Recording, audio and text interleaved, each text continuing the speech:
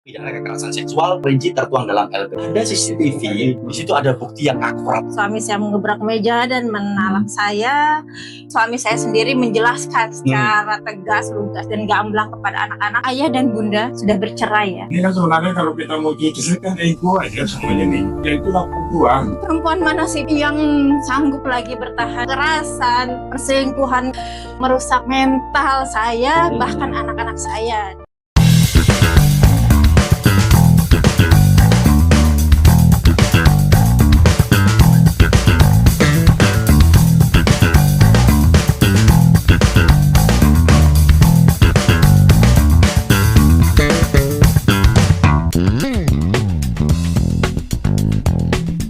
Jumpa lagi dengan Kopi Tarik, semakin ditarik semakin asik. Banyak cerita tentang sebuah peristiwa kehidupan. Ada banyak cara orang bagaimana dia mengungkapkan, atau mungkin banyak orang juga tidak berani mengungkapkan cerita di balik kisah atau persoalan-persoalan hidupnya. Kali ini Kopi Tarik akan sampaikan sebuah cerita. Ini merupakan kisah nyata dari salah seorang yang hidup di belantara kehidupan saat ini. Pilihannya adalah berani menceritakan atau hanya membiarkan persoalan tersebut. Kopi Tarik kali ini dikunjungi oleh salah seorang katakanlah ya seorang perempuan. Dalam hal ini kami samarkan namanya. Sebut saja namanya Mbak U ya. Selamat datang Mbak. Dipanggil dengan Mbak U di Kopi Tarik. Kopi Tarik tempat kita coba ingin berbagi, membedah bagaimana setiap kasus, setiap persoalan ini bisa menjadi sebuah pelajaran untuk kita semua. Di sini pun juga hadir ada kuasa hukum. Kebetulan Bu ini terlibat dalam sebuah perjalanan yang cukup pelik ya di ujungnya ya Bu ya. Ketika persoalan rumah tangga berujung pada persoalan hukum, dan beliau saat ini hadir bersama dengan kuasa hukumnya Mas Mintarno ya. Siap. Bang Amin apa Mas Amin nih? Apa aja Bang? Oke. Baik. Sahabat-sahabat Kopi Tarik, untuk lebih membuat kita bagaimana bisa menelaah, mengkaji dari setiap kasus yang akan disampaikan atau diceritakan oleh Mbak U ini, ya, kita akan coba nanti membedah dari sisi aspek hukumnya. Dan kebetulan pada saat ini juga hadir Bang Joni lah ya, Bang Joni. Beliau hadir sebagai pengamat hukum lah. Walaupun sebenarnya beliau juga adalah praktisi hukum ya. Baik, mungkin biar kita ingin tahu lebih dalam apa sih yang sebenarnya menimpa dari Mbak U ini ya. Kalau boleh tahu nih Mbak U ya, sebenarnya cerita tentang yang berujung hukum ini awalnya tentu nggak ujuk-ujuk sampai di hukum ya. Ya. Ini kalau saya dengar dari cerita sebelumnya kan dari kuasa hukum Mbak U ya kan, kasus ini kasus di rumah tangga ya. Nah, sebenarnya tentu perjalanan rumah tangganya udah berapa tahun sih Mbak sebetulnya? Sudah 14 tahun. 14 tahun ya. Artinya di saat-saat seperti itu tentu banyak kenangan juga ya. Nah, kenapa bisa muncul sampai berujung hukum begini, Mbak U kira-kira? Mungkin Mbak U bisa ceritakan dulu. Jadi semuanya itu berawal dari konflik rumah tangga antara saya dengan suami yang sebelumnya itu sudah jalan berkepanjangan. Nah, lalu sampai pada akhirnya di bulan Maret 2025 tahun lalu ya, berarti ya. Itu di bulan Ramadan terjadilah percekcokan yang akhirnya saya ditalak, diceraikan oleh suami. Nah, di tengah proses perceraian ini dari Maret sampai Oktober, sejujurnya sebenarnya saya pun sudah mencoba menutup mata, berusaha untuk berharap ada itikat baik juga dari suami, karena saya masih memandang anak-anak saya yang masih butuh figur seorang ayah. Betul. Namun di tengah proses perceraian kami adanya konflik antara suami dengan ART yang menyebabkan disitulah titik dimana saya merasa kecewa dan merasa seperti dikhianati lah, di mana saya masih menaruh harapan sebenarnya untuk kebaikan rumah tangga kami. Artinya 14 tahun itu sebenarnya baik-baik aja tuh gimana tuh Mbak U?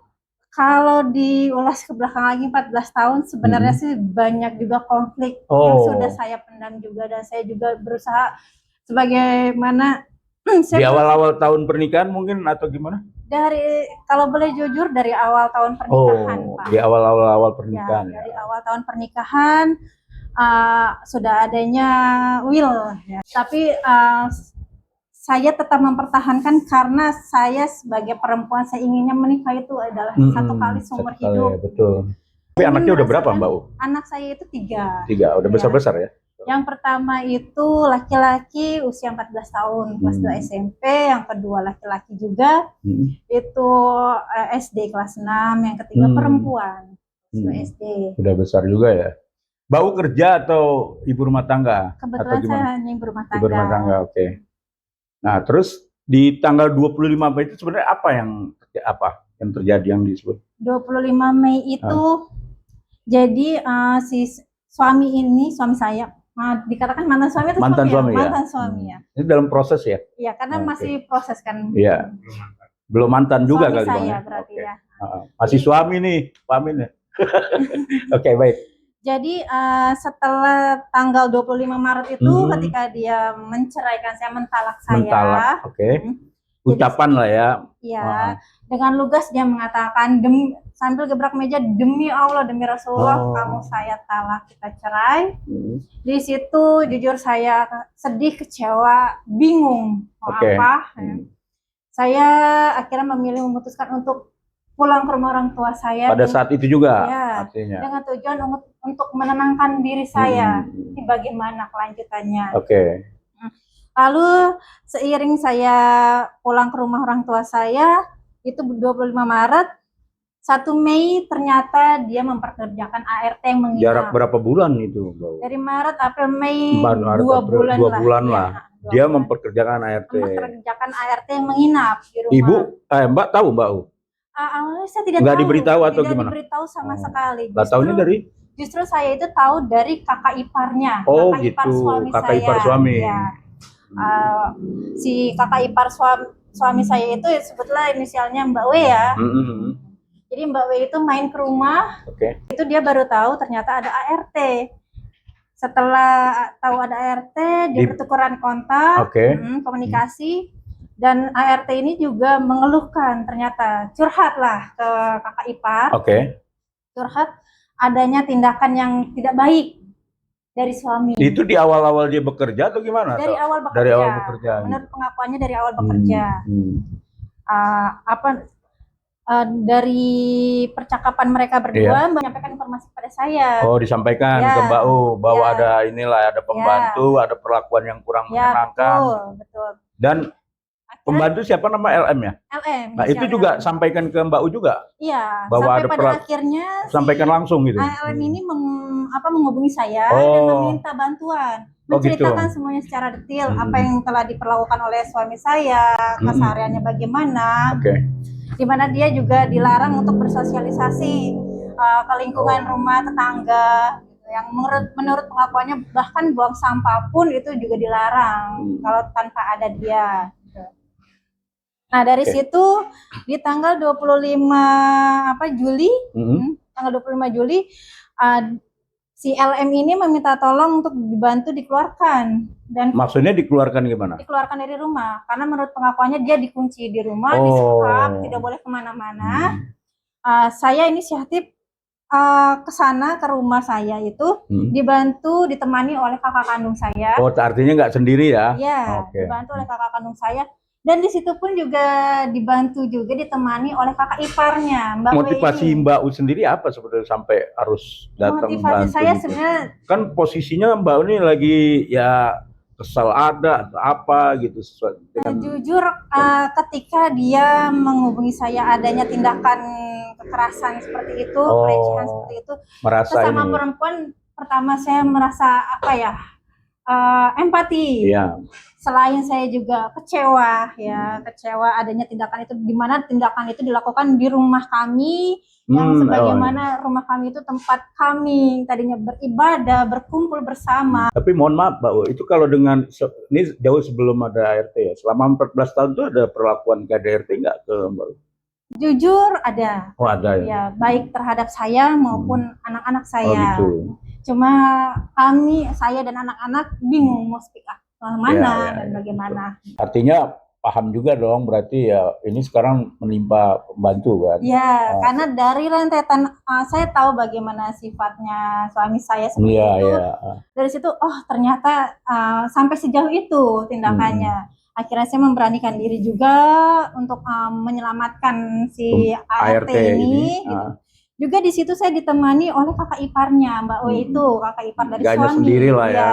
Didampingi oleh pihak keamanan dari perumahan itu. Ya. Nah, ada Bimaspol juga. Dan ketika kami datang ke rumah itu benar adanya.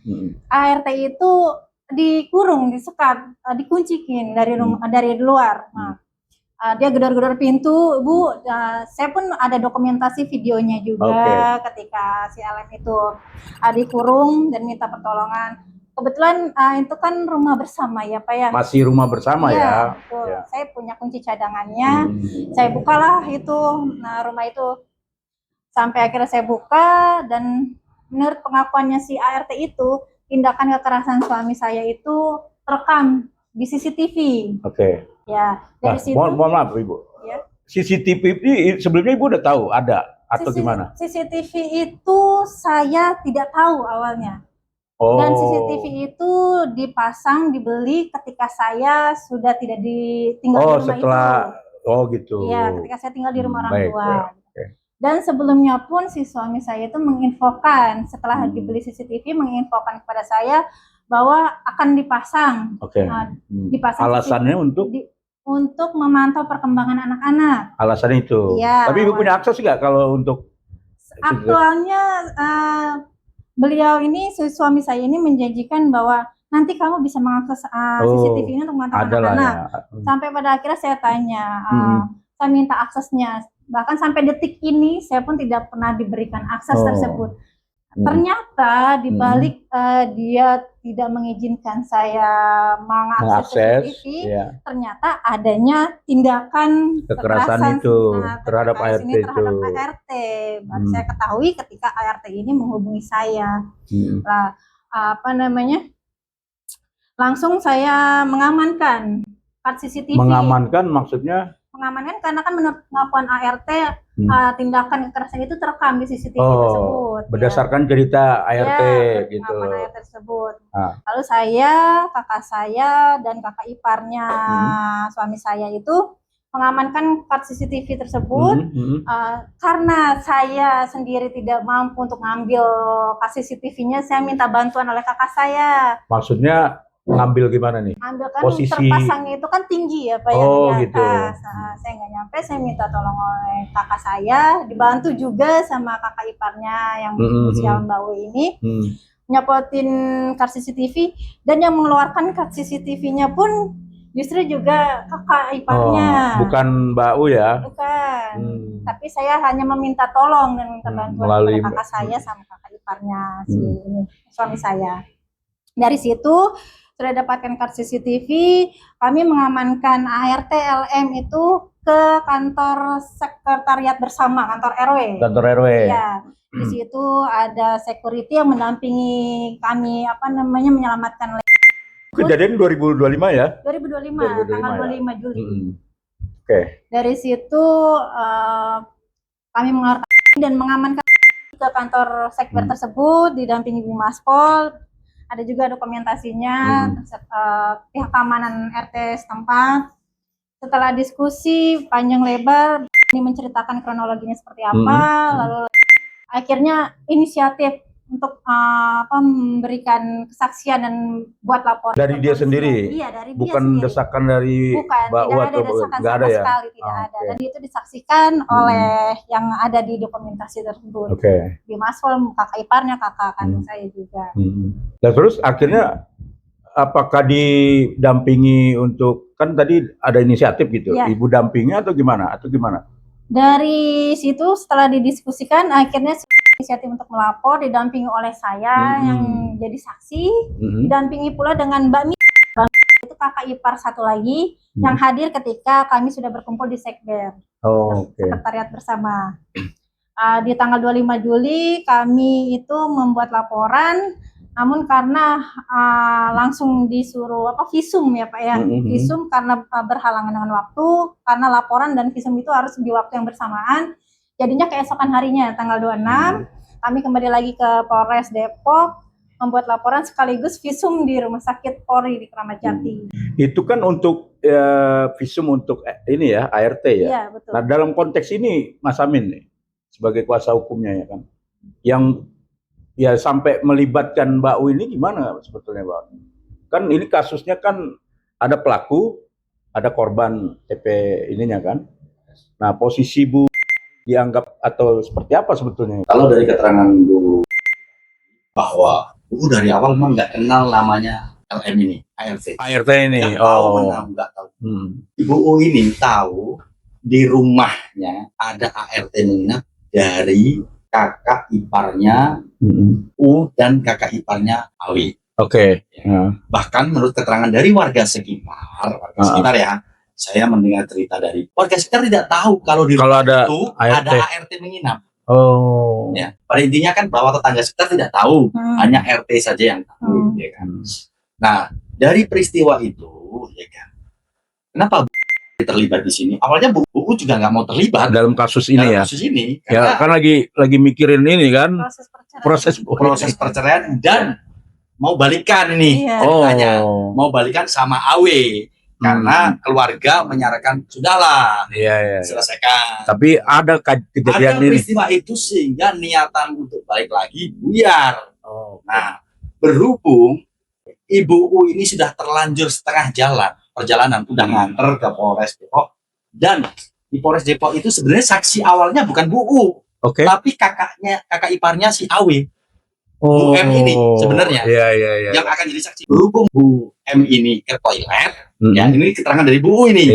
Bu U ini di sampingnya ya sudah dimasukkan Bu U. Padahal peristiwa mengenai penyekapan yang tanda kutip ya Bang, keterangan dari LN ini itu diketahui oleh setelah dibantu oleh Bu U ini ya, diketahui oleh kakak iparnya Awe. Yang satu orang namanya Ibu W. Satu lagi kakak iparnya yang berinisial M. Dan security perumahan setempat. Jadi apa yang disampaikan Ibu tadi, kami ada dokumentasinya. Iya, bisa dilihatin. Peristiwa setelah Ibu LM minta tolong itu ada di ini ya. Dibawa ke kantor sekretariat RW dan di situ ada Bimas Pol. Jadi Bu LM menceritakan bahwa perlakuan AW itu, ya kan, perlakuan AW itu sebagaimana tertuang dalam LP. Bunyinya seperti LP-nya itu tidak pidana kekerasan seksual. LP-nya si ART ya. ART itu kepada AW. Kalau saya sebutkan nanti kan jadi baru. Jadi di dalam LP-nya bunyinya udah jelas tindak pidana kekerasan seksual, kronologisnya seperti apa? Secara terperinci tertuang dalam LP tersebut. Yang disampaikan oleh si LM itu kepada Bimas Pol, kepada Bu U, kepada Bu M, kepada Bu W, dan kepada penyidik Polres Depok pada saat membuat LP. Nah, keterangan dari Bu U tadi juga dikuatkan dengan bukti chat antara Mbak U dengan Bu ini dengan LM. Dengan LM mau detail ya. Nah, dan itu bisa kita pertanggungjawabkan ceritanya melalui WA itu. Diapain, dibagaimanakan, ada semuanya di dalam pembicaraan antara Ibu LM. Berarti posisi Mbak ini sebenarnya saksi ya dalam kasus ini ya? Saksi, Bu ini saksi. Bu dalam proses ingin perceraian ada kasus ini saksi sebenarnya. Saksi. Sehingga itulah membiarkan Ibu rencana untuk kembali. Akhirnya sirna hancur berkeping-keping. Cuma proses hukumnya gimana di ini dari kasus yang ini dulu deh. Nah, kalau kasus dari yang TPKS ini, TPK seksual. Kalau informasinya antara pelapor dan terlapor sudah berdamai. Oh gitu. Ya. Alasan damai kan dia yang lapor. Damai itu mungkin tahu Pak Sarbe. Kami tidak tahu alasan damainya seperti apa. Tapi yang kami tahu, undang-undang mengamanahkan bahwa tindak pidana kekerasan seksual tidak bisa diselesaikan lewat restorasi justice. Harus diselesaikan lewat peradilan, keputusan pengadilan. Saya tahunya itu. Tapi mengenai perdamaian, alasannya apa? Saya nggak tahu. Dan yang jelas sampai hari ini pun informasi tentang perdamaian itu belum pernah ada sebuah produk atau putusan dari Polres Depok yang menyatakan LP ini sudah selesai atau disebutnya surat penghentian penyelidikan SP3 ya. SP3. Diberhentikan lah Yes. gitu. Sampai saat ini belum ada proses. Belum ada. Nah, kembali lagi apa yang disampaikan Bu U tadi juga mengenai akses CCTV itu juga ditawarkan oleh saudara AW itu juga ada lewat WA. Nah, lewat WA ini. Bahwa memang diinformasikan akan pasang CCTV, tapi ya tidak diberi akses lagi. Ya, dan AW menjanjikan akan memberikan akses. Nah, cuma gini, Mas Amin, kan pada saat proses pelaporan, ya tentunya kan si LM ini tentu harus ada bukti bahwa dia ada perlakuan segala macam, tentu pasti ada dong di CCTV gitu loh. Betul, sebagaimana yang disampaikan oleh LM tadi. Ya. LM tadi menyampaikan, Bu, ada CCTV di dalamnya itu ada peristiwa-peristiwa yang saya ceritakan. Oh, itu disampaikan ke Pak U ya? Secara langsung. Terus kemudian karena kan sudah berganti hari, adalah tanya Ibu U ini, Pak, rekaman yang kapan? Ada jawaban ini. Tanggal 4 Mei 2025 di jam 22. Oh, dia detail ya? Ada. Sampai 23.30 Ibu minta rekaman CCTV yang ada di depan sofa TV. Di situ ada bukti yang akurat. Oke. Artinya begini, Ibu LM ini ya kan menceritakan bahwa di tanggal 4 Mei 2025 jam 23.30 di situ ada bukti yang akurat, ada keterangan BAD seperti itu. Ya. Bukti akurat itu kalau saya tafsirkan ya, Bang ya, berarti ada apa peristiwa yang seperti dilaporkan oleh LM di Polres Depok. Karena seperti itu. Kalau saya tafsirkan, ya kan. Seperti itu, Bang. Nah, cuma dari kasus pelaporan dari LM ya, dia kan melaporkan ada TPS kayak gitu. Nah, kemudian kan muncul nih, kalau nggak salah ya, dapat cerita juga AW menuntut balik nih, ada illegal akses. Nah, itu gimana ceritanya, Mas? Kalau setelah itu, si AW melaporkan tentang akses ilegal atau pengambilan mikro CCTV itu, SIMNAK CCTV. Padahal yang ngambil menurut keterangan dari Bu U ini adalah Bu U minta tolong sama kakak kandungnya. Bukan karena tadi ya Bu ya. Dan kakak iparnya. Karena keterbatasan fisik ini yang nggak nyampe. Dan pengambilan itu atas informasi dari LM. Dari pengambilan itu tentunya untuk mengeluarkan laporan LM. Dan informasi yang saya dapatkan bahwa rekaman CCTV itu sebagian sudah diserahkan kepada penyidik. Oke. Artinya untuk ini udah sebetulnya nggak terlalu ini ya persoalan dengan apa yang dilakukan klien saya ini. Bukan pelaku langsung lah yang ngambil atau melaporkan ini ya. Bukan pelaku langsung. Kedua, tujuannya untuk membongkar tindak pidana, dugaan tindak pidana, membongkar dugaan kejahatan tindak pidana kekerasan seksual. Sebagaimana yang disampaikan oleh korban melalui WA ini. Ada menceritakan tentang rekaman tanggal sekian, jam sekian itu. Tujuannya itu tidak kurang tidak lebih, tidak ada untuk melawan atau karena kan dalam proses ini nih kan, nggak ada inilah niatan untuk ya balas sakit hati atau apa gitu ya, nggak ada. Gitu ya Mbak. Begini, saya mempertegas lagi, ya kan. Ibu klien saya ini dari awal kan berkomunikasi dengan saya terakhir di bulan September kalau nggak salah itu.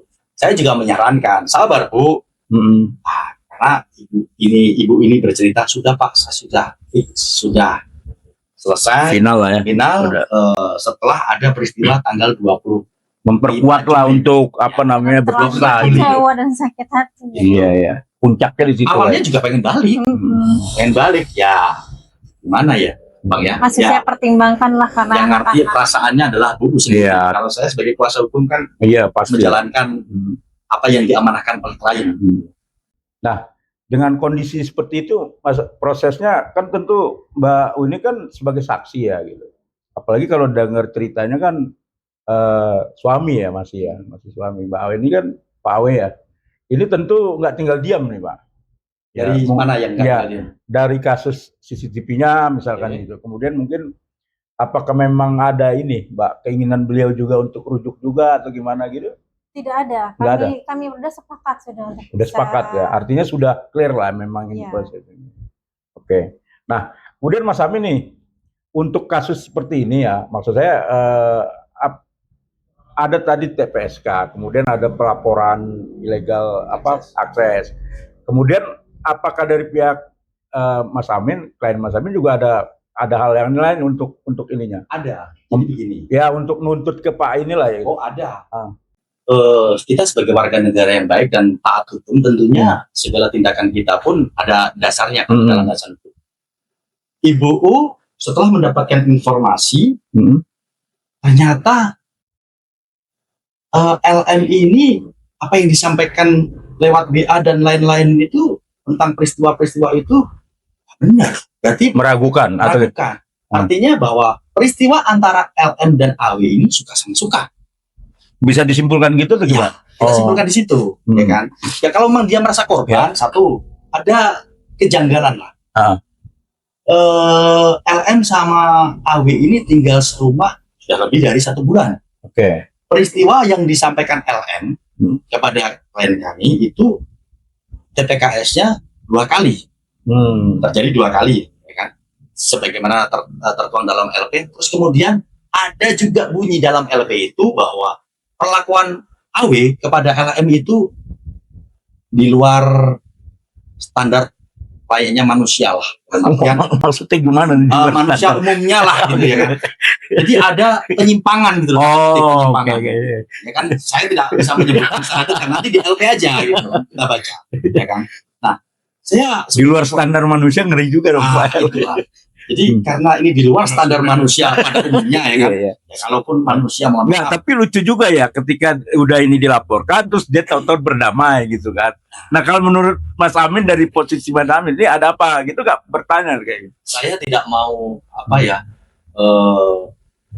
berpikir untuk ke arah ini dan itu. Tapi yang jelas kalau dari bukti WA-WA-nya antara LM dengan Ibu U ini, LM butuh penghidupan lah ya, penghidupan dan ketakutan juga karena ketakutan di situ ada bunyi WA-nya LM itu kalau diancam WA ada.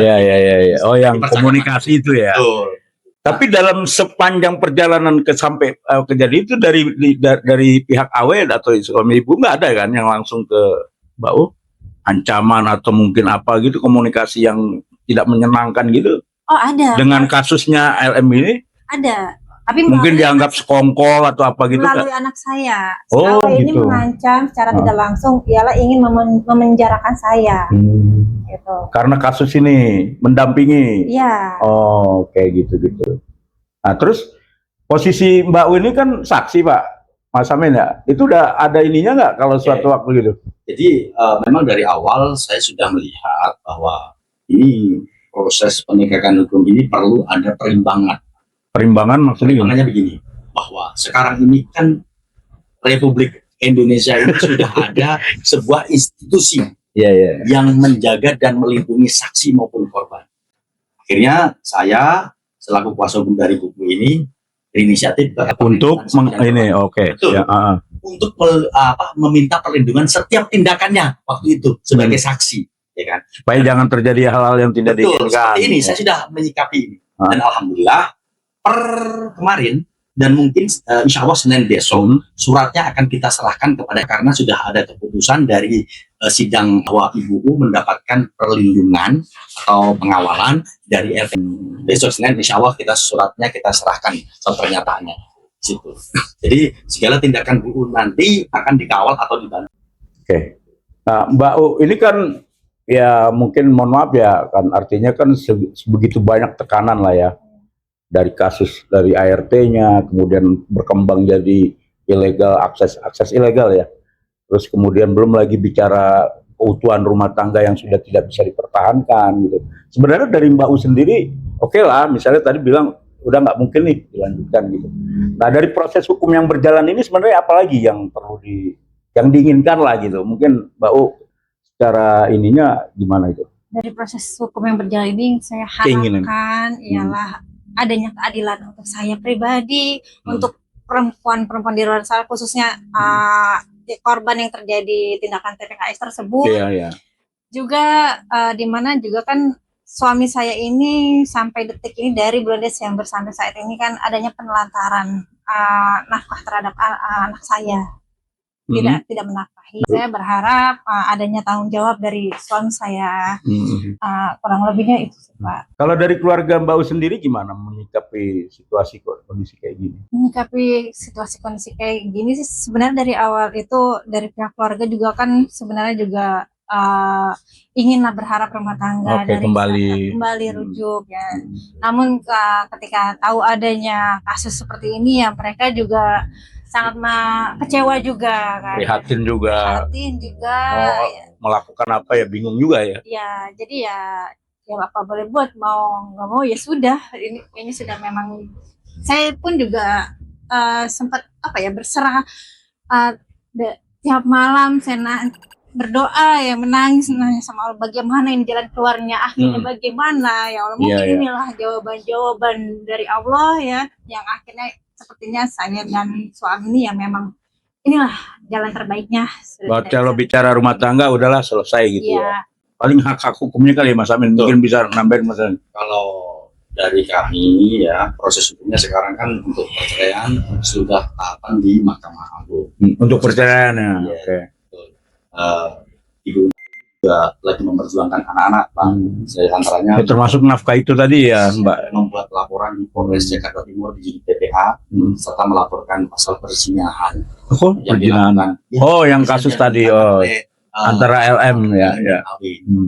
Di upaya hukum yang lagi dilakukan oleh klien kami sampai saat ini. Oke, menarik juga nih. Cuma kita ingin coba lihat gini, sahabat-sahabat Komentarik. Dari kasus seperti ini, Bang. Kita tahu lah belakangan ini kan isu kekerasan, tindak pidana kekerasan seksual ya. Kemudian kita tahu bahwa baru-baru ini juga ada macam lah ya isu pelecehan seksual secara verbal. Nah, Bang, beranjak dari kasus ini mungkin Bang Joni bisa melihat konstruksinya sebetulnya gimana, Bang? Mungkin sebagai pengamat gitu, Bang. Ya, kalau menyimak dari ceritanya Ibu tadi itu saya mencoba istilahnya klaster ya. Memang klaster masalah ya.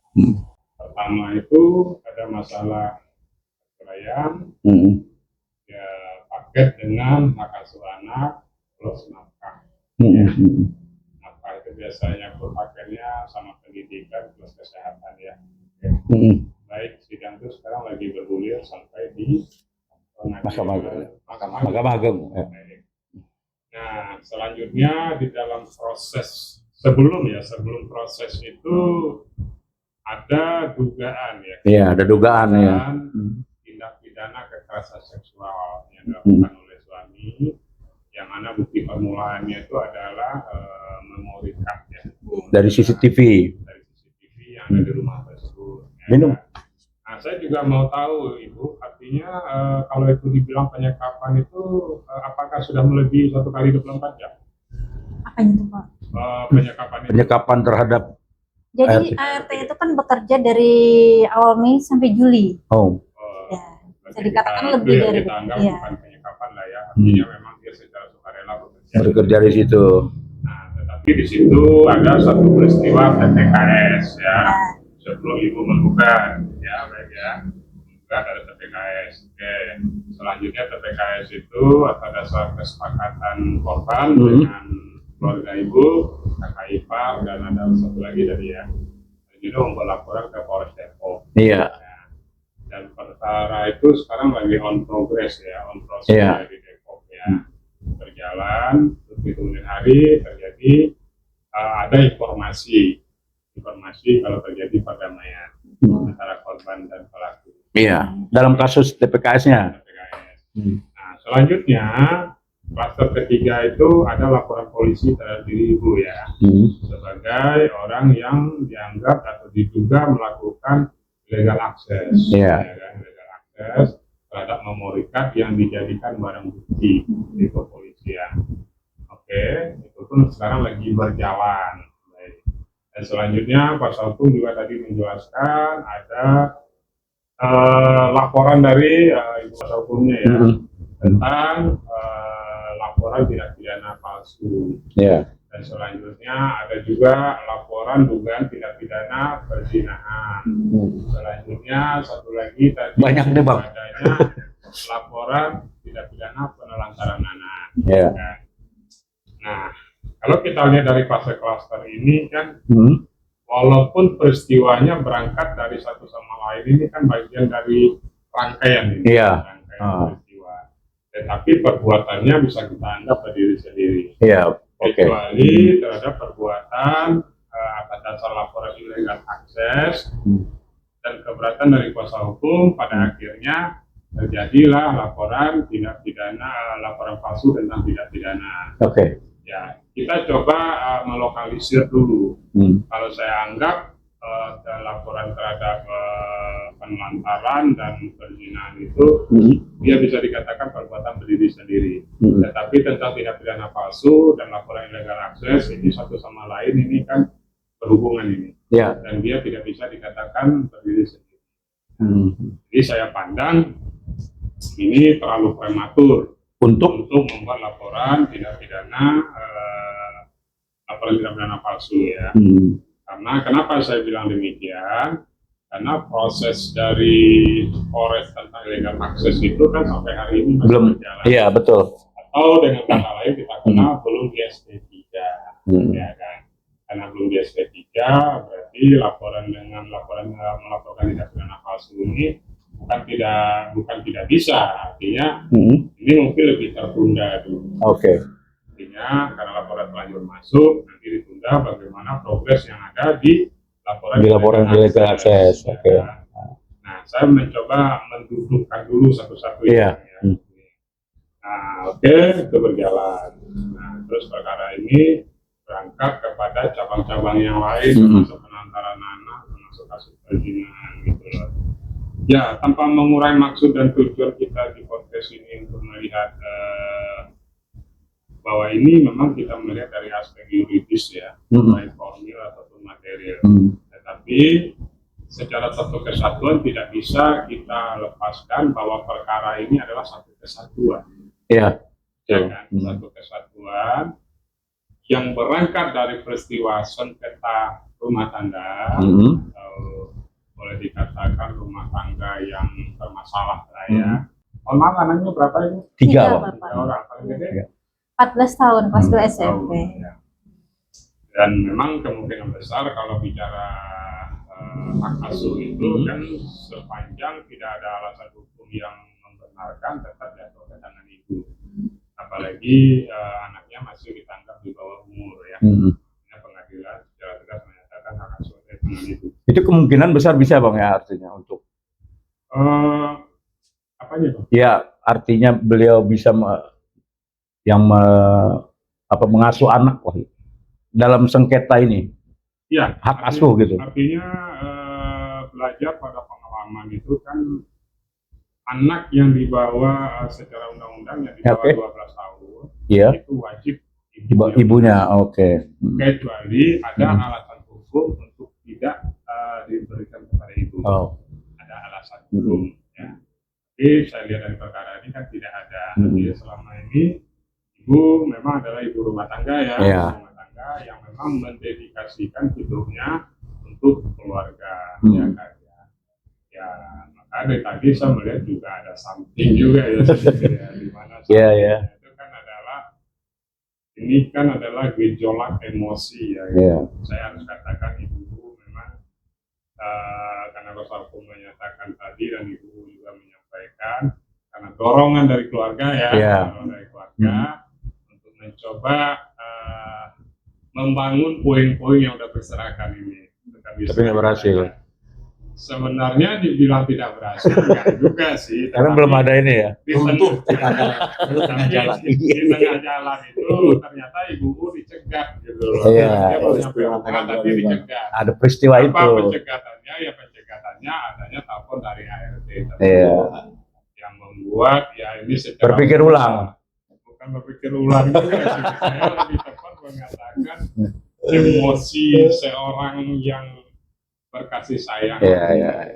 Karena saya anggap tetap apapun waktu 14 tahun itu kan panjang juga ya. Waktu yang sebentar ya. Untuk kita mengatakan kita move on ya Bu ya. Ini harus kita sampaikan Tapi terlepas daripada itu, sebenarnya kan motif yang paling umum itu kan adalah demi kebaikan anak. Iya, Pasti. tujuannya itulah. Seorang ibu itu biasanya kan lebih konsennya di situ ya kan.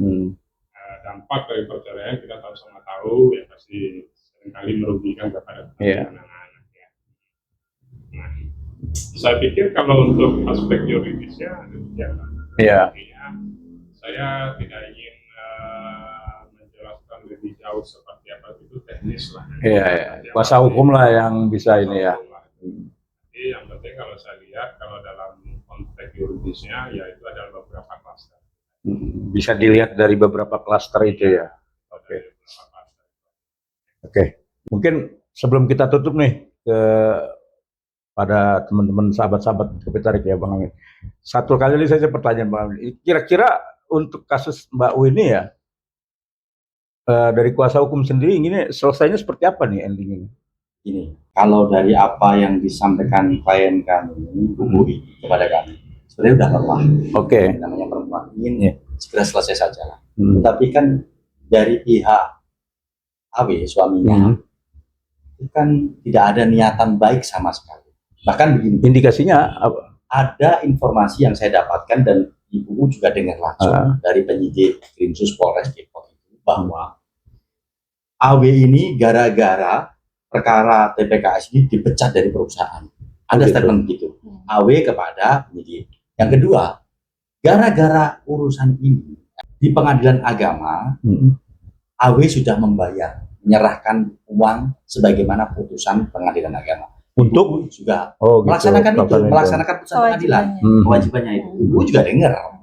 Tapi kenyataannya sudah saya sangkal, Bang, kalau memang putusan pengadilan itu sudah dilaksanakan oleh si AW, kok ada proses banding? Saya bilang gitu. Jawabannya si penyidik, ya saya nggak tahu Bang itu. Makanya kita kasih tahu. Satu, kedua, kita jelaskan bahwa AW ini direktur utama perusahaan. Dipecat dari mana? Kalau harusnya dia yang mencet dong. Ya, kan logikanya begitu. Jadi dibolak-balik logikanya ini. Sehingga kita bingung. Dia ngomong sama penyidik bahwa dia sudah lelah, ingin selesai. Ibu juga dengar itu. Dia sudah lelah, ingin selesai semuanya, udahlah baik-baik aja semuanya. Tapi apa yang disampaikan dia kepada penyidik dengan faktanya itu bertolak belakang. Dia ngomong sama penyidik lelah, ingin selesai, tapi faktanya nggak begitu.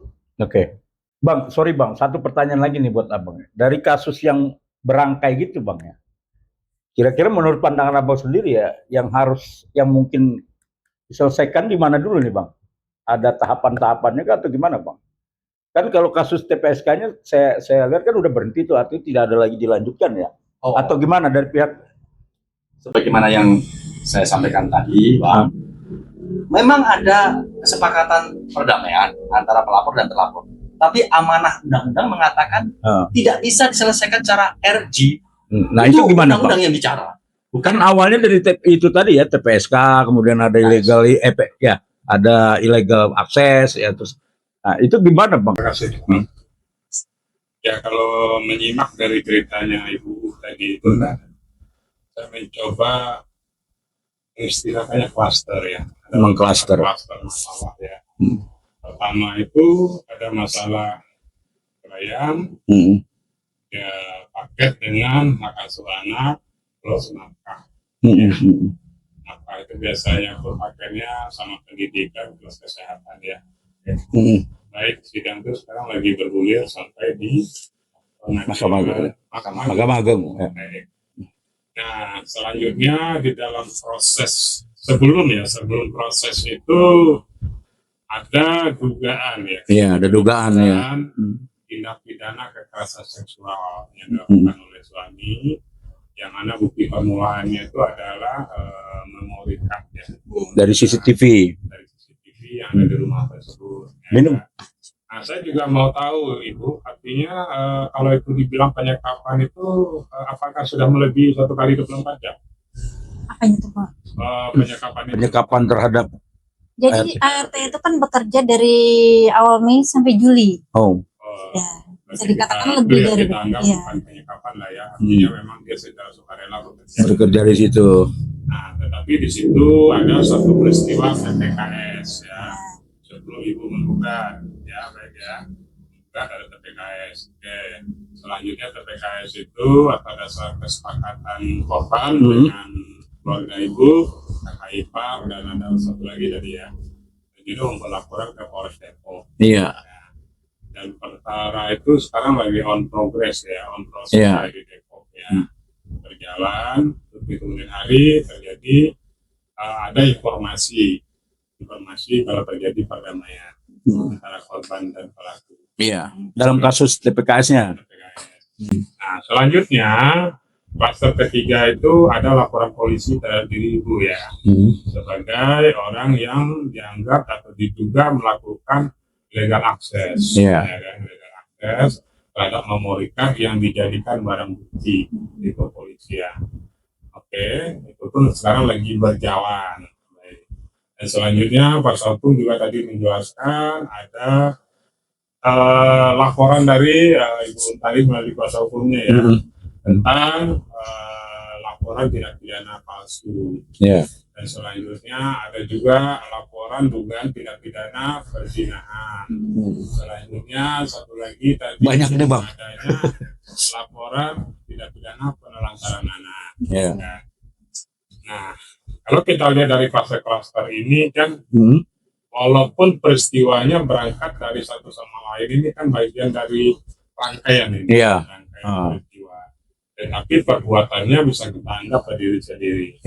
Kecuali terhadap perbuatan atas dasar laporan illegal access dan keberatan dari kuasa hukum, pada akhirnya terjadilah laporan tindak pidana, laporan palsu tentang tindak pidana.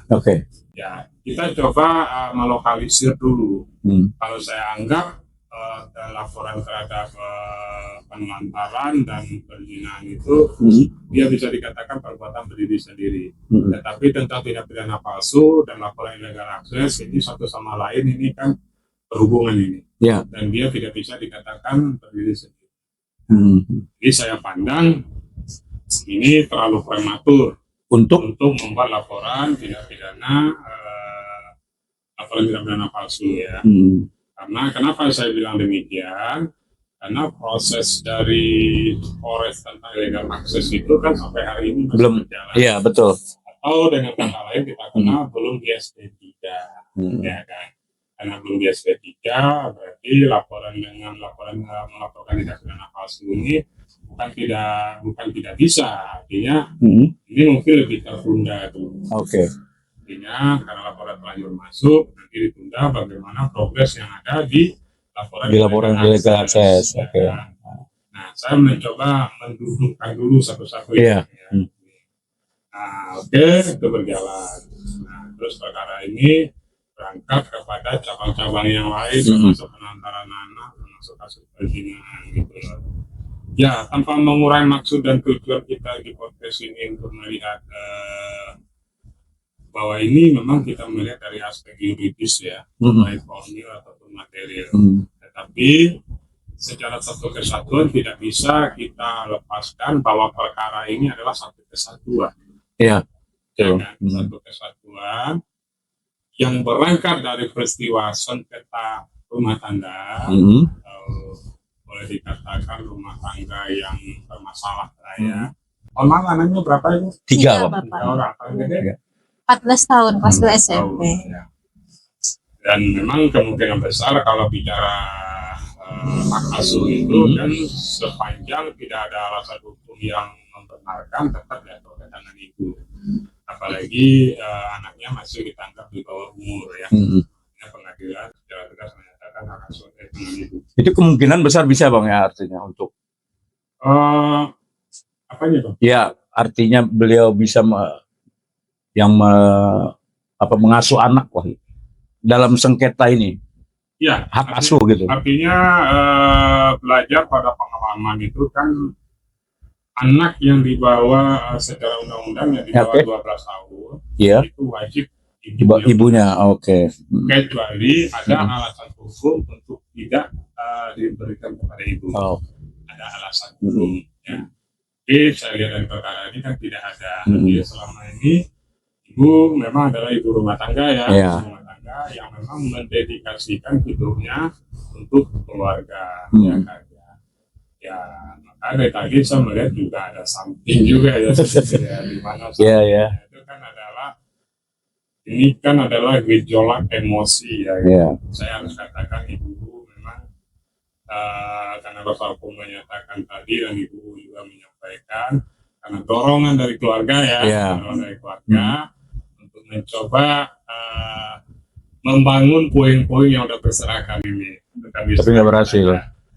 Sebenarnya dibilang tidak berhasil juga sih. Karena belum ada ini ya. Runtuh di tengah jalan. Di tengah jalan itu ternyata ibu dicegat gitu loh. Dia baru nyampe rumah tapi dicegat. Ada peristiwa itu. Apa pencegatannya? Ya pencegatannya adanya telepon dari ART yang membuat ya ini secara berpikir ulang. Bukan berpikir ulang. Saya lebih tepat mengatakan emosi seorang yang berkasih sayang. Karena saya anggap tetap apapun waktu 14 tahun itu kan panjang juga ya. Waktu yang sebentar ya. Untuk kita mengatakan kita move on ya Bu ya. Ini ya kita sampaikan apa ada. Tapi terlepas daripada itu sebenarnya kan motif yang paling untuk kan adalah demi kebaikan anak. Iya. Pasti. Tujuannya itulah. Seorang ibu itu biasanya kan lebih konsennya di situ ya kan. Dampak dari perceraian kita sama tahu ya pasti seringkali merugikan kepada anak-anak ya. Nah, saya pikir kalau untuk aspek yuridisnya demikian.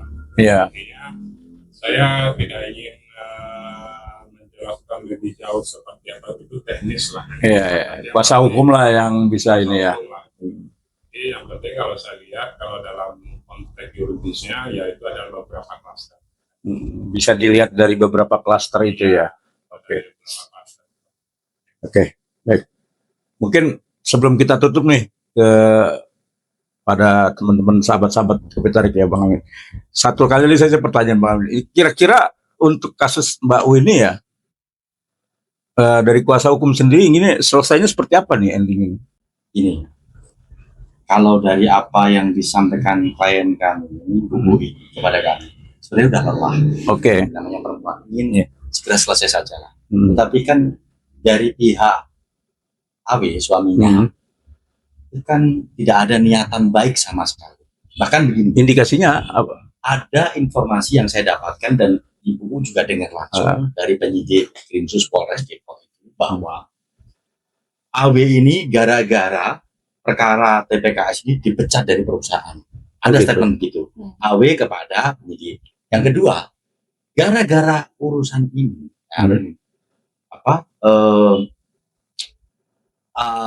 di pengadilan agama, AW sudah menyerahkan uang sebagaimana putusan pengadilan agama. Untuk juga melaksanakan putusan pengadilan, kewajibannya itu. Ibu juga dengar. Tapi kenyataannya sudah saya sangkal, Bang, kalau memang putusan pengadilan itu sudah dilaksanakan oleh si AW, kok ada proses banding? Saya bilang gitu. Jawabannya si penyidik, ya saya nggak tahu Bang itu. Makanya kita kasih tahu. Satu, kedua, kita jelaskan bahwa AW ini direktur utama perusahaan. Dipecat dari mana? Kalau harusnya dia yang mencet dong. Ya, kan logikanya begitu. Jadi dibolak-balik logikanya ini. Sehingga kita bingung. Dia ngomong sama penyidik bahwa dia sudah lelah, ingin selesai. Ibu juga dengar itu. Dia sudah lelah, ingin selesai semuanya, udahlah baik-baik aja semuanya. Tapi apa yang disampaikan dia kepada penyidik dengan faktanya itu bertolak belakang. Dia ngomong sama penyidik lelah, ingin selesai, tapi faktanya nggak begitu. Bang, sorry Bang, satu pertanyaan lagi nih buat Abang. Dari kasus yang berangkai gitu Bang ya. Kira-kira menurut pandangan Abang sendiri ya, yang mungkin diselesaikan di mana dulu nih Bang? Ada tahapan-tahapannya atau gimana Bang? Kan kalau kasus TPSK-nya saya lihat kan udah berhenti tuh, artinya tidak ada lagi dilanjutkan ya? Atau gimana dari pihak? Sebagaimana yang saya sampaikan tadi, Bang, memang ada kesepakatan perdamaian antara pelapor dan terlapor. Tapi amanah undang-undang mengatakan tidak bisa diselesaikan secara RG. Nah itu gimana undang-undang yang bicara. Bukan awalnya dari itu tadi ya TPSK, kemudian ada illegal ada illegal akses ya terus. Nah itu gimana Bang kalau? Ya bagi saya sih yang penting perkara itu karena sudah menjadi ranah penyidik kepolisian, biarkan itu berjalan apa adanya gitu kan, seperti apa terus teman-teman penyidik juga pasti tahu mau dibawa kemana. Iya. Tapi lepas daripada itu sebenarnya saya mencoba melihat perkara ini dari sisi yang berbeda. Artinya kalau memang dimungkinkan tidak ada sih menurut saya yang tidak mungkin ya. Kalau bisa para kuasa hukum itu ya, sebelum kasus ini di Mahkamah Agung sekarang kan lagi berproses. Kenapa tidak coba disatukan lagi? Artinya tidak menutup kemungkinan ini demi kebaikan anak-anak yang ada, karena kita sama tahu yang namanya proses perceraian ini suka tidak suka mau tidak mau korbannya adalah anak-anak. Masa depannya dia, nanti dia tumbuh kembangnya dia, nanti dia mau bagaimana, pasti akan menjadi problem. Dan kebetulan saya juga mediator ya, jadi saya selalu menghimbau seperti itu. Saya selalu menghimbau, ya sudahlah, coba pikirkan, jangan coba kita itu selalu bermain di area ego ya. Saya bilang ini kan sebenarnya kalau kita mau jujur kan ego aja semuanya nih, baik ego dari suami ataupun ego dari istri, karena terprovokasi oleh ego inilah yang pada akhirnya membuat kasus ini blunder. Maka saya tadi melihat udah bagus tadi ibumu tuh datang sudah ada tujuannya untuk ayolah kita rujuk. Udah rujuk ya. Cuma karena diganjal tadi ya Bang. Tapi karena diganjal oleh peristiwa ya. Peristiwa 25 Juli. Iya. Kan buat semuanya buyar. Tapi ya sekali lagi saya menekankan dia itulah perempuan. Kalian ini kalau perempuan itu kan nafsu kadang lebih duluan daripada logika. Iya. Dan belakangan baru menyesal. Kan inilah perempuan pada ya kan. Wah, tanggal. Oh begini. Iya, baik. Saya melihatnya itu aja. Kenapa, Mbak? Ya. Silakan, Mbak. Sebenarnya bukan ke ego ya Pak. Kalau gimana, saya Mbak? lebih mendulukan ego dari dulu. Kami itu sudah berpisah. Iya. Justru selama 14 tahun itu saya menghilangkan ego saya. Dimana yang katanya perempuan itu menggunakan perasaan. Iya. Dan perasaan itu saya gunakan demi kepentingan bersama. Saya tetap mempertahankan 14 tahun pernikahan saya, di mana di dalamnya itu sebenarnya banyak sekali kejadian-kejadian yang memang merusak mental saya, bahkan anak-anak saya. Di mana di dalam 14 tahun itu juga saya sempat bingung ya, apakah kami ini harus berpisah atau tetap bersama. Kalau pertimbangan saya, kalau kami berpisah, bagaimana dengan anak-anak, kondisi mental psikisnya, dimana dari semua yang kalian tahu itu anak-anak broken home itu kedepannya bagaimana sih, entah perkembangannya, entah pergaulannya, entah psikisnya. Saya masih memikirkan hal itu, apalagi anak-anak juga masih di bawah umur, masih kecil-kecil. Kedua, saya menghilangkan ego saya.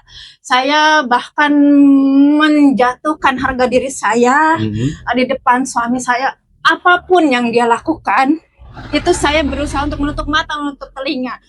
Adanya KDRT baik ke saya maupun ke anak-anak saya coba tutup rapat-rapat. Sampai akhirnya KDRT itu terjadi sama orang luar, yang dimana juga orang luar itu ada kaitannya dengan keluarga kami.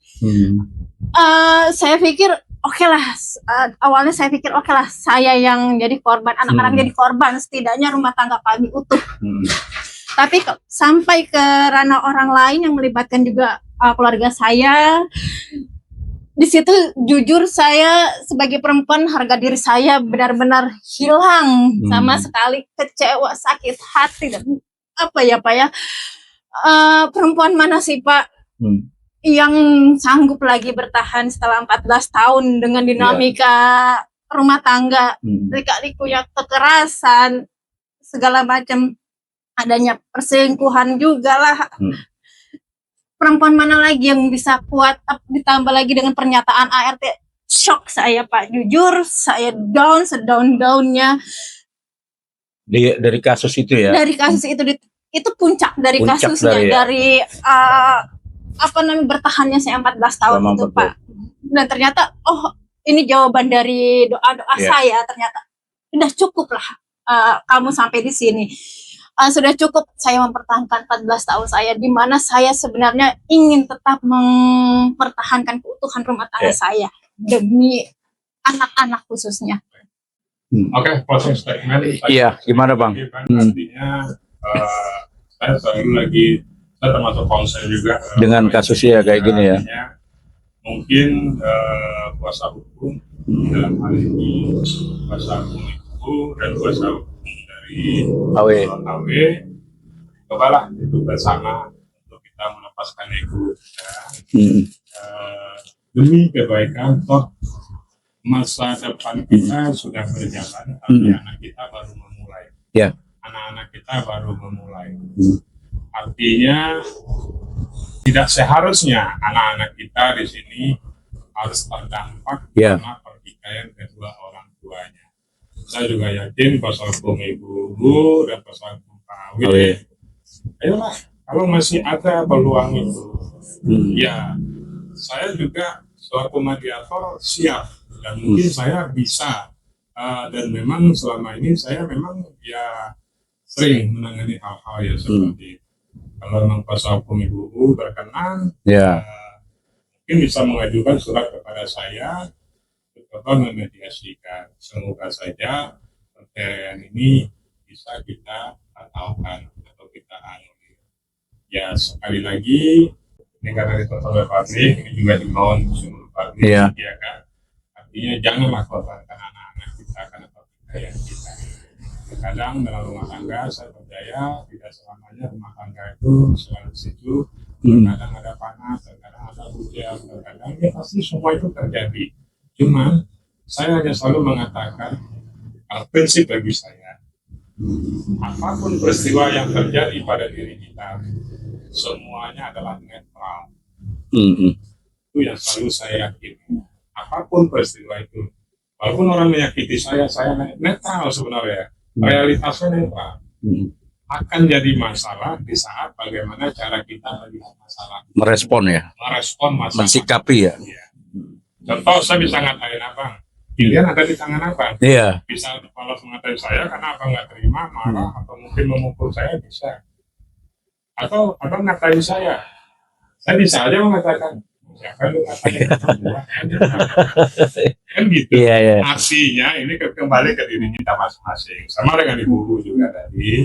Ya berprinsipnya terkadang Bu, apapun dari sebuah proses pengorbanan itu saya yakin Tuhan langsung yang akan membayar itu. Tuhan langsung yang akan memberikan kompensasi. Jadi biarkanlah semuanya Tuhan yang membuat keputusan. Yang penting bagi kita, Tuhan sudah menunjuk Awe sebagai suami ibu. Awe sudah diberikan Tuhan sebagai istrinya adalah ibu. Ya sudah mengabdi ya tanpa berarti saya menafikan poin-poin persoalan ini ya. Tapi intinya ya sudahlah, ini hanya tentang pilihan aja. Intinya apa yang ingin kita pilih. Maka saya selalu menekankan kepada klien saya, Bu, coba deh di tengah malam ibu saksikan anak-anak ibu begitu. Coba.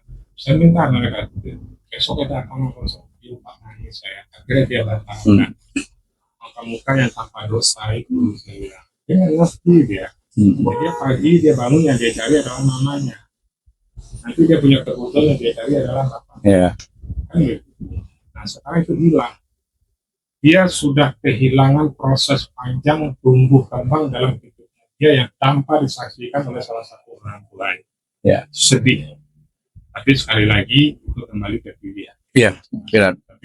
Baik, sedikit terakhir mungkin Bang Amin. Mas Amin. Waktu ini kan kita membicarakan tentang anak-anak, karena Abang Joni tadi menyampaikan soal anak-anak.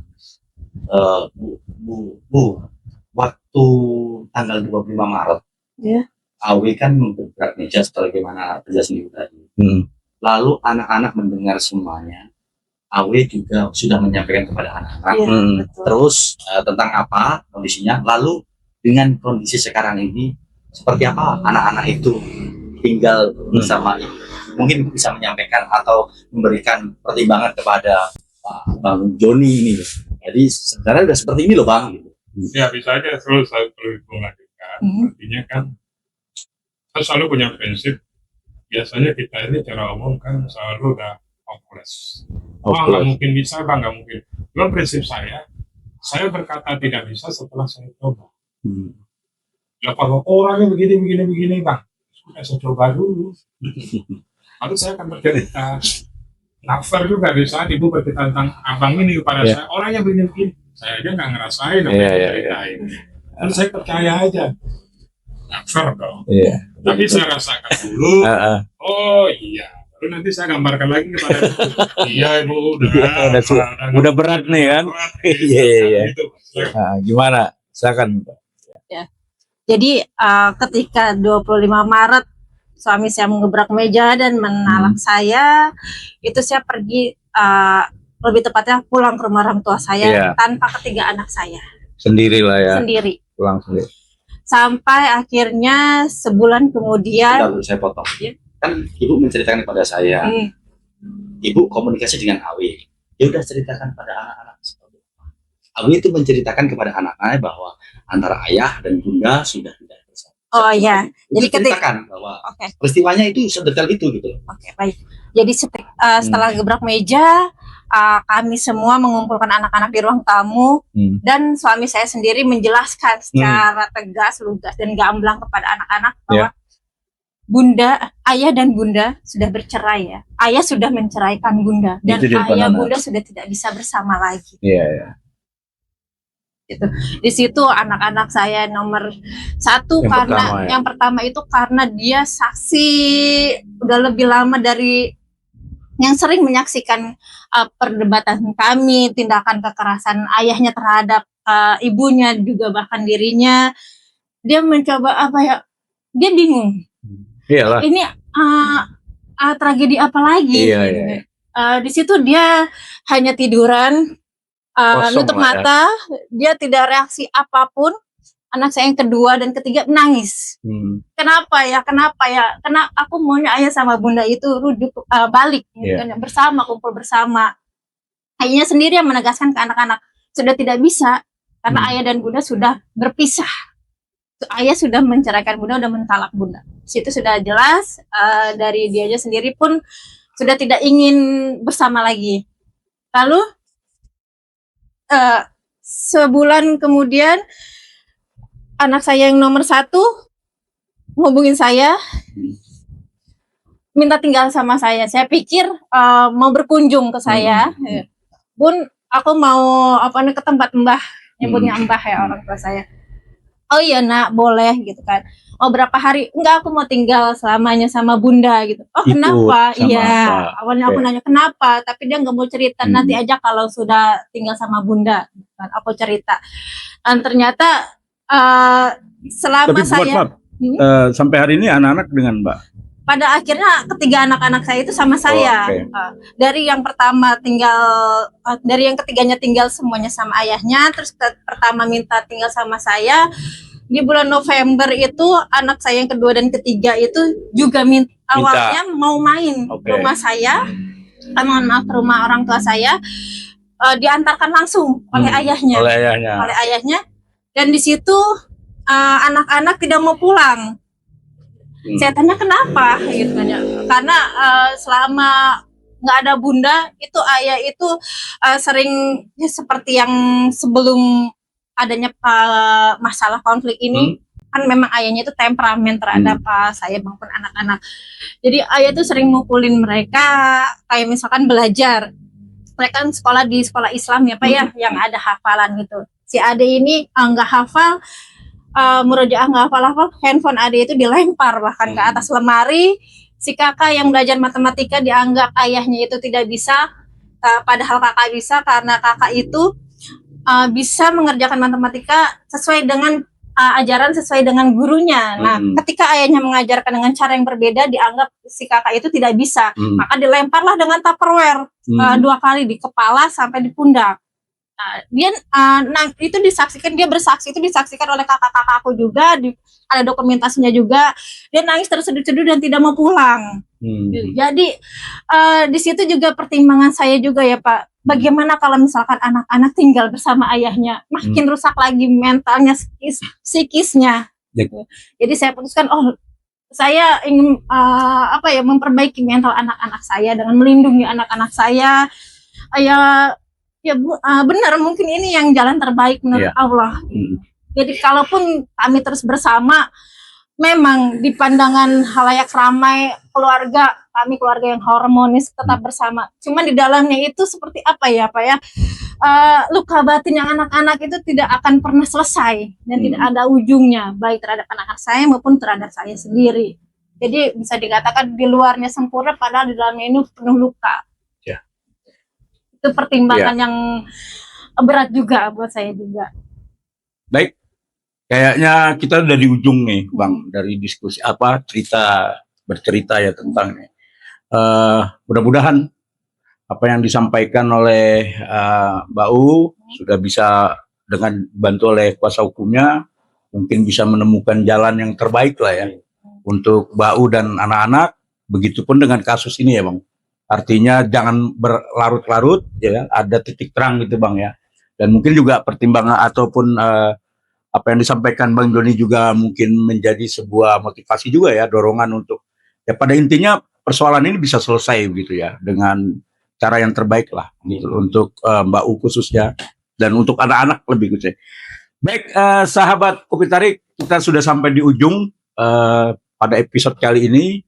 Kita akan kembali lagi dalam episode yang akan datang yang tentu dengan cerita yang lain. Tapi sebelum saya tutup, banyak hal yang mungkin bisa kita dapat dari apa yang disampaikan oleh tamu-tamu saya di Kopi Tarik pada hari ini. Baik ada Mbak U sendiri sebagai narasumber kami, ya tentunya ingin berbagi cerita, kemudian ada kuasa hukumnya, dan ada Bang Doni yang juga tadi sudah mencoba merekonstruksi, menguraikan, dan memberikan pandangan-pandangan Bang ya. Terima kasih banyak Mbak U atas kehadirannya. Saya secara pribadi mendoakan mudah-mudahan ini cepat selesai lah. Amin. Ada keputusan terbaik untuk Mbak U dan anak-anak dan keluarga tentunya. Amin. Terima kasih juga Mas Amin atas waktunya. Mbak U, terima kasih banyak. Bang, terima kasih banyak. Baik, sahabat-sahabat Kopi Tarik, kita akan berjumpa lagi dalam episode yang akan datang yang tentunya akan lebih menarik. Kita akhiri pertemuan ini, kita bertemu lagi dalam episode yang akan datang. Kopi Tarik, semakin ditarik, semakin asik. Assalamualaikum warahmatullahi wabarakatuh.